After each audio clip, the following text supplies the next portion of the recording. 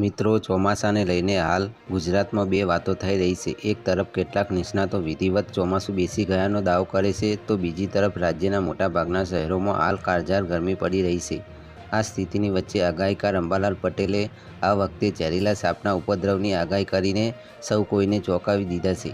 સામાન્ય રીતે વરસાદની સિઝનમાં સાપ તેના દરમાંથી બહાર નીકળતા હોય છે, કારણ કે વરસાદનું પાણી જમીનમાં જતાં સાપના દરમાં ભારે ગરમી અને બફારો થતો હોય છે.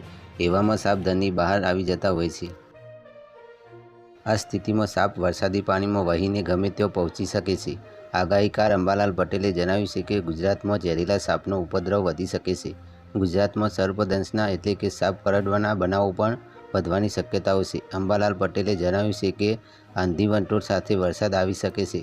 આ સ્થિતિમાં ગુજરાતમાં ઝેરીલા સાપનો ઉપદ્રવ વધી શકે છે. લોકોએ સાવચેત. અંબાલાલ પટેલ આમ તો વરસાદ, વાવાઝોડાની આગાહી કરતા હોય છે. તેમણે એક બીજી પણ ચોંકાવનારી અને વિચિત્ર આગાહી કરી છે. આ વખતે અંબાલાલે સર્પદંશ અંગે આગાહી કરી છે. અમદાવાદ અને ગાંધીનગર સહિત મધ્ય ગુજરાત અને દક્ષિણ ગુજરાતના 13 જિલ્લાઓમાં થંડરસ્ટોર્મ એક્ટિવિટી સાથે વરસાદની આગાહી કરવામાં આવી છે. 40 કિલોમીટર પ્રતિ કલાકની ઝડપે પવન ફૂંકાવાની શક્યતા છે. આ સાથે અન્ય કેટલાક જિલ્લાઓમાં હળવા વરસાદની પણ આગાહી છે.